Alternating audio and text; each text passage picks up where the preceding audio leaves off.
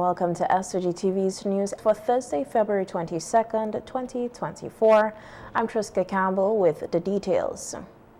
Intentions are being encouraged to get to know more about the Community of Latin America and Caribbean States, CELAC, as the country prepares to host its 8th summit on March 1st, 2024, marking a historic occasion for SVG, who holds the pro tempore presidency of the 33-nation grouping. The encouragement comes from National Coordinator of the CELAC Secretariat, Dr. Douglas Slater, during an interview with the Agency for Public Information, the API. Persons can make an extra effort to find out more about CELAC, because in this interview we can't say everything. There's a lot of different aspects to it. We have a website that should be popping up soon, but even if you don't go, which is CELACPTP.org. If even you don't get to that site right now,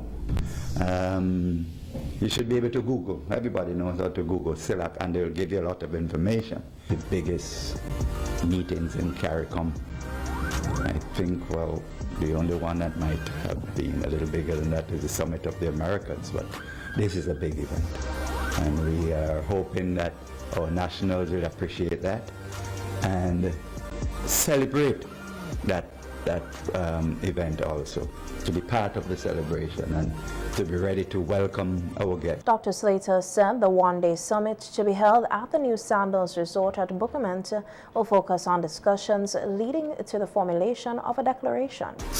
CELAC and these sort of organizations, because you have so many different countries with varying ideological positions, varying philosophical outlook as to how you have integration, peace, economic development, social development.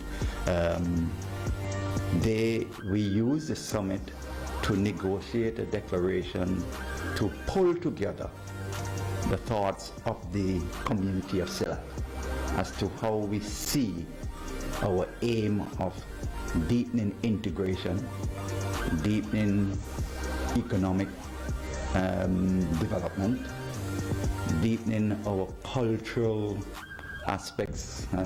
It's very varied, but there's a richness in that variety. And our integration. How, when you put all of them together, how we can better integrate. As you know, the cliche, unity is strength. Right. And therefore, we are looking for better unity in all these aspects of life. The summit is expected to attract over 400 delegates from CELAC member countries. Dr. Slater said the event will be a positive turnaround for SVG's economy. It's an economic activity. Right. Our hotels will be getting more business, and our transportation sector, car rentals, taxis, etc. So those are some of the benefits that you can easily see coming out of the CELAC. Dr. Slater said the preparations for the summit has been challenging. However, everything is now in place thanks to the assistance of the management of Sandals Resort and other stakeholders. Yes, well, as we all know, we have some challenges in terms of accommodation, but we don't make those challenges deter us. We have been working very closely with the Sandals Group, as most people by now should know, because that is one of the biggest thing around now. The Sandals Hotel at Bookament will be the host hotel of the summit itself. It will be the deliberations on discussions will be there at the summit. But all other hotels will be involved because, as you suggested earlier, accommodation is a challenge. Even the Sandals being a new big hotel would not be able to accommodate everybody. We expect pretty close to 400 people coming. That is in terms of, because you have 33 delegations, or 32 plus hours. Some of these delegations, when they travel, because of various reasons, they bring big contingencies, big delegations. The official delegation numbers at the summit It'll be around 175. St. Vincent and the Grenadines' ambassador to Cuba, His Excellency Ellsworth John, says the country has triumphed in the diplomatic community, in addition to reaping economic and social benefits since its ascension to the pro tempore presidency of CELAC. During an interview with the Agency for Public Information, the API, Ambassador John credited Prime Minister Dr. Afghan Salves as CELAC's president pro tempore for its leadership in CARICOM, ALBA, and CELAC to position the nation as a respected figure on the world stage. Ambassador John says the 8th CELAC Summit represents a significant milestone for St. Vincent and the Grenadines. It's a big deal. It's a big deal.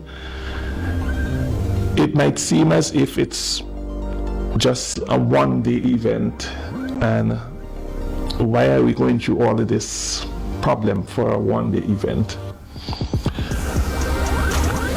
But it is important for Latin America and the Caribbean unity that we come together like this every year. But it also allows for a lot of side meetings. Because there's always a lot of side meetings that take place when we have summits like these. If you were to see the list of observers that are coming to this meeting, this one-day meeting, you would probably be surprised that basically every entity. Shock me, an estimate. You could think of there will be at least 20 observers who will be coming. Whether it is the Secretary General of the UN, for example, he's coming with a team of persons. He's coming for the meeting. And these observers come with teams? Well, they bring the staff. So, okay. You will invite the Secretary General of the UN, and then he will come with 6 persons. We invited somebody from the African Union as well. I'm not sure if they will be able to make it, but there's a high-ranking official from the EU who will be also coming in. He's coming with a delegation. Then you have all the regional institutions. You have FAO, you have CARICOM, CDB, you name it. They will all be here for the meeting.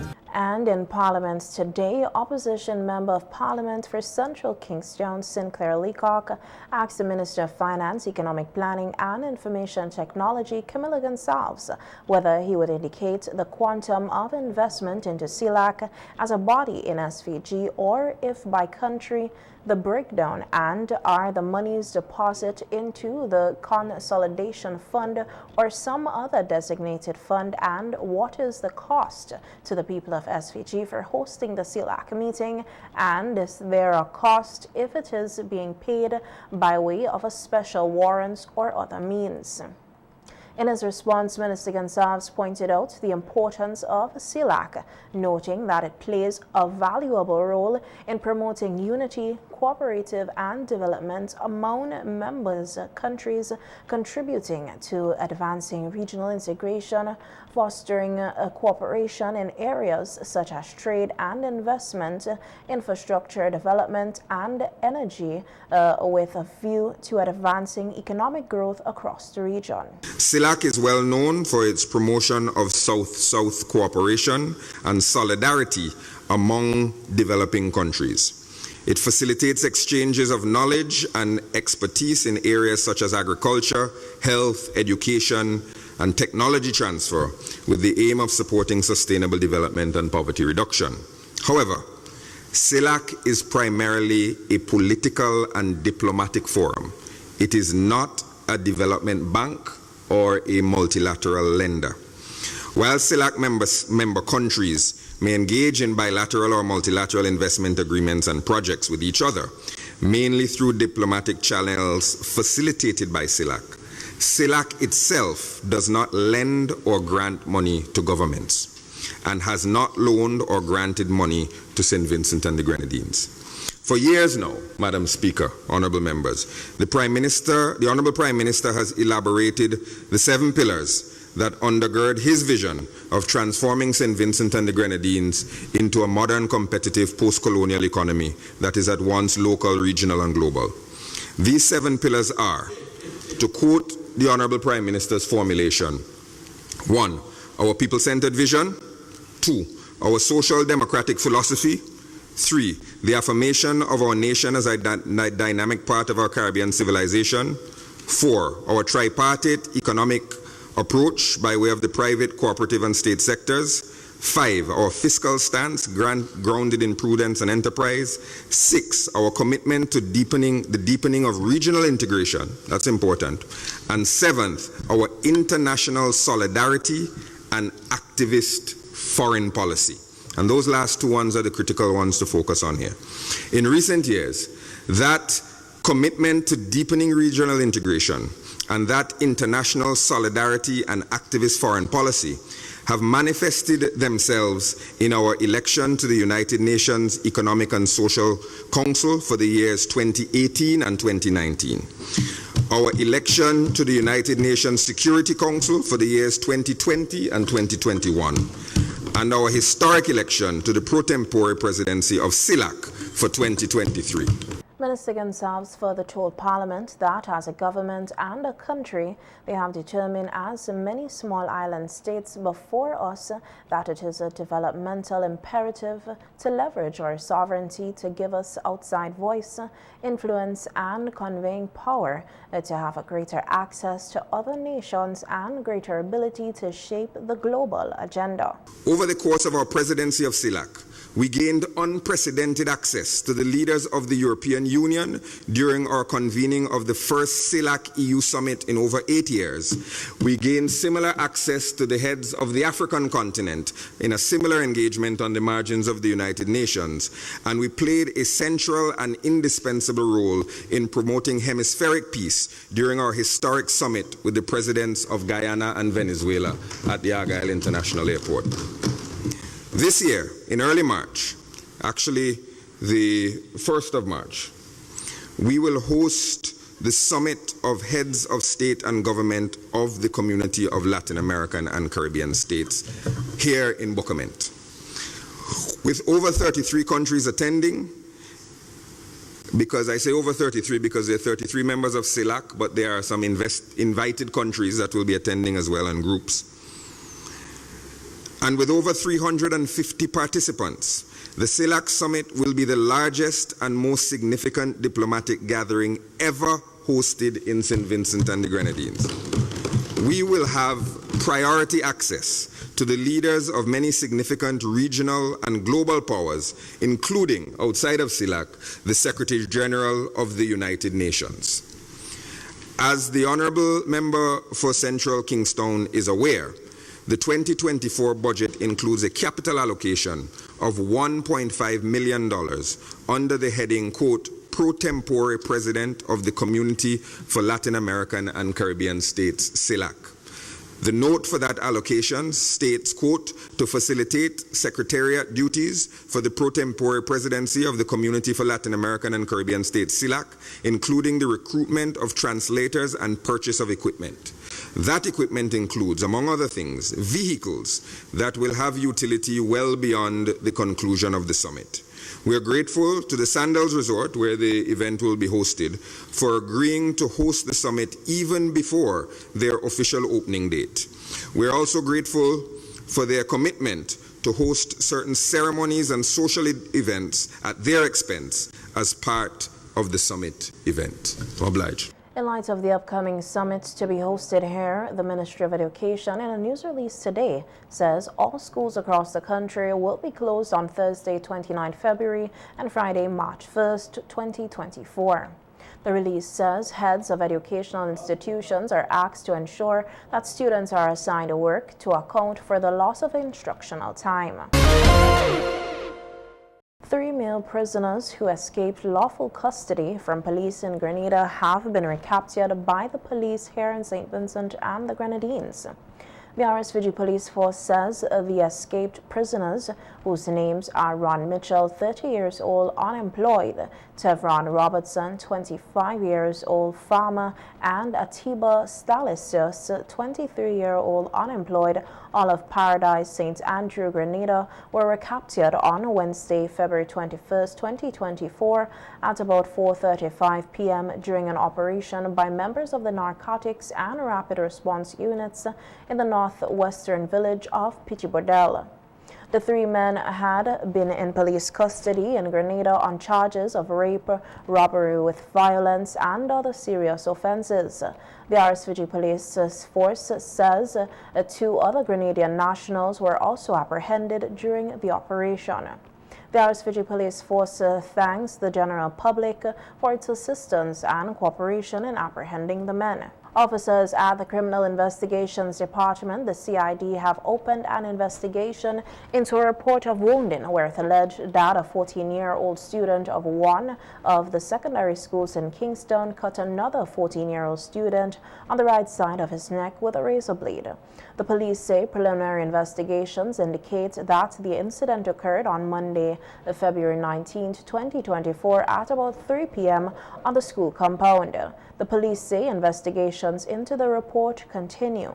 And the Royal St. Vincent and the Grenadines Police Force is continuing with its efforts to build resilient communities through crime prevention. Corporal of Police Elroy Kwame, who was a guest on WFM's Cop Chat program today, said criminals are becoming more sophisticated and the organization must be especially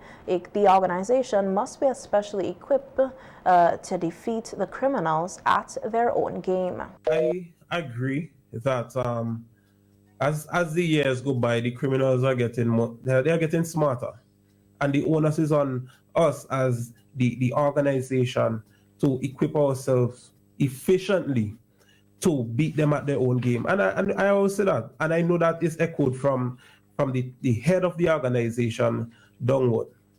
Right? I know for a fact that we do go through some in-house training, and matter of fact, we go through international training, as a matter of fact, that has been provided by the organization. And so I know and I see the need for training. I understand, and we welcome training at any point in time, because again, as we said, the criminals are getting smarter, and we as the police, we have to beat them at their own game, right? And training is very important, right? As it is for me, I believe in meeting the people. I believe in speaking with the people and being on their level, because again, as I said, we are here to solve you. We can't be above, up at top, and you're below, right? We have to meet on your level. Speaking on some of the difficulties the police often face in making an arrest, Corporal J. Harry appealed to the members of the public to cooperate with the police, while noting that officers must also be mindful of how they communicate with citizens if they hope to win their trust and respect. I would say that there are members of the public who are very fond of the police, whilst there are others who had some interactions where it evolved, where sometimes we want to make an arrest and people tends to believe that the police are there to beat or cause harm to their people, and sometimes instead of fighting with the police and thinking that the police are their enemy, we are not. We are here to enforce the law, and sometimes we have challenges enforcing the law, going out there and making effective arrests, and sometimes it becomes a struggle when we as police, sometimes we need to know how we speak to people, and instead of making them feel like if we are above them or treating them a certain way, we shouldn't, and that is not acceptable.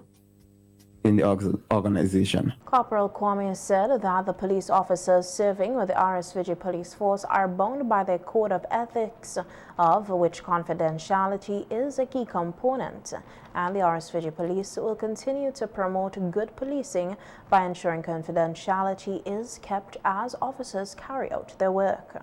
We are bound by our code of ethics, and as part of that code of ethics, confidentiality is a major part of it.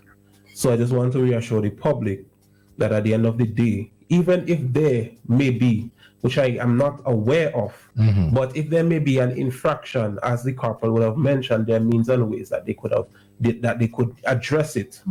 But generally, we stand strongly on confidentiality and building and restoring building a stronger connection with. Assistant Commissioner of Police responsible for crime, Trevor Bailey, said one of the most trending criminal activities and a very serious area of concern for the Royal St. Vincent and the Grenadines Police Force is predial larceny. On the police beat program last evening, Bailey said farmers continue to feel the effects of criminals stealing their produce, noting that even as the year starts, the crime has been trending across the country. On set, I would like to make an appeal to persons here in St. Vincent and the Grenadines who have the tendency to purchase items from persons who are selling who does not present to them any sort of identification, be it a national identification card or even your farmer's identification card. Persons who sell goods should have their farmer's ID card. The Act speaks of time of purchase, so persons should not be buying goods, whether agriculture produce or even animals, after 7 p.m. from anyone. And even you're making a legitimate purchase during the day, receipt's supposed to be issued. So if I'm selling you, Teresa, my ram sheep, and I am already a farmer, so if I'm selling you a sheep, I should be able to, I am mandated to be issuing you a receipt of your purchase, stating my name, address clearly, and my farmer's ID and so forth numbers. That should be on the receipt, so that if in your travel you encounter the police, you can legitimately present to the police a receipt authenticating your purchase. SOP Bailey is warning persons not to purchase meat that are sold house to house in buckets of an animal. And pretty often we have persons who are still engaged in the purchasing of meat in bucket, or somebody shows up at their business place and there's a carcass in a double garbage bag, and you see they seize on the opportunity to purchase because the seller then may be offering at a lower rate than they will normally buy from the shops, the legitimate farmers or the meat shop. So people seize the opportunity to save a few dollars at the expense of our hard-working farmers. Meanwhile, opposition Senator Israel Bruce is calling for a reintroduction of the Rural Constables program to help protect farmers and fishers from predial larceny. At a news conference hosted by the NDP yesterday, Senator Bruce noted that if the program is to be reintroduced wholesale in the format that it was during the time of operation, some of the challenges experienced before it folded in 2019 will still be there. What has to happen is that we need to flesh out the Rural Constables program in proper ways. In order for us to be able to do that, we have to ask ourselves, why did it fail? Why did the program fail? We're satisfied in our minds that that program failed because it was not properly resourced. So that the persons employed as rural constables did not receive sufficient training to assist with the administration of the program. In addition to that, insufficient financial and administrative resources were provided to the Rural Constables program. The program was managed by and large and principally through the Royal St. Vincent and the Grenadines Police Force. No one knew who was the lone superintendent of police or assistant superintendent of police who was managing up that program. So that you know once that there was an issue pertaining to perennial larceny or the damage and destruction of farm crops and animals or lobster pots or what have you, that this is where the direction went. So we say that we in the New Democratic Party will ensure that the program of rural constables will be properly financed, that resources will be provided to the rural constables. We're not talking about a program where a farmer makes a call to a constable, a rural constable that is, who then has to turn to a constable or a sergeant at the police station, who then says to the rural constable, we don't have transportation, so we can't help. We are talking a rural constables program that is equipped, for example, with sufficient transportation provisions to allow them to do their work, almost independent of the Royal St. Vincent and the Grenadines Police Force. So the strengthening and the capacity building and enhancement of that program is a first but fundamental step to assisting our farmers. One of the other things that we note is that the thieves operate as if they have no restriction. They have very little care about what happens to them in the long run. Senator Bruce said once in government, they will also seek to amend the laws currently on the books to ensure that the penalties for persons found guilty of stealing from farmers and fisherfolk will be more severe. And so I want those of you out there who are engaged in the practice of stealing people's crops, animals, and fisherfolk implements, etc., that you must know that a New Democratic Party government will be harsh, will be tough, will be severe on you if you're caught in this act. Ever too often, when persons are caught in this act, or when animals destroy other farmers' produce, it takes almost forever for the farmer who is so affected to see that some justice is had.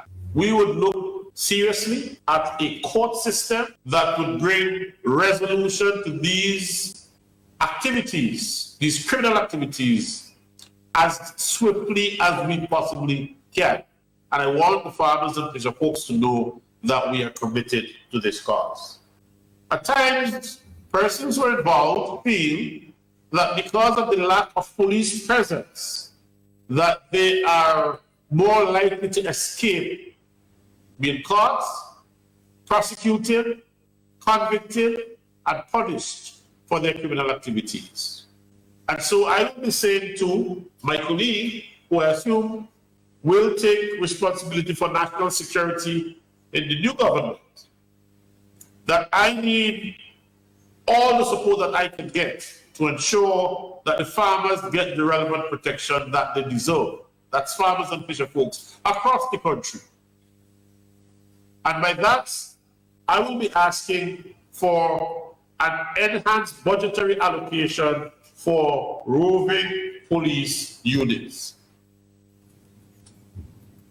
so that you are not going to be as certain as to when roving officers will be in your district. What time of the day, what time of the week, what time of the month, what time of the year.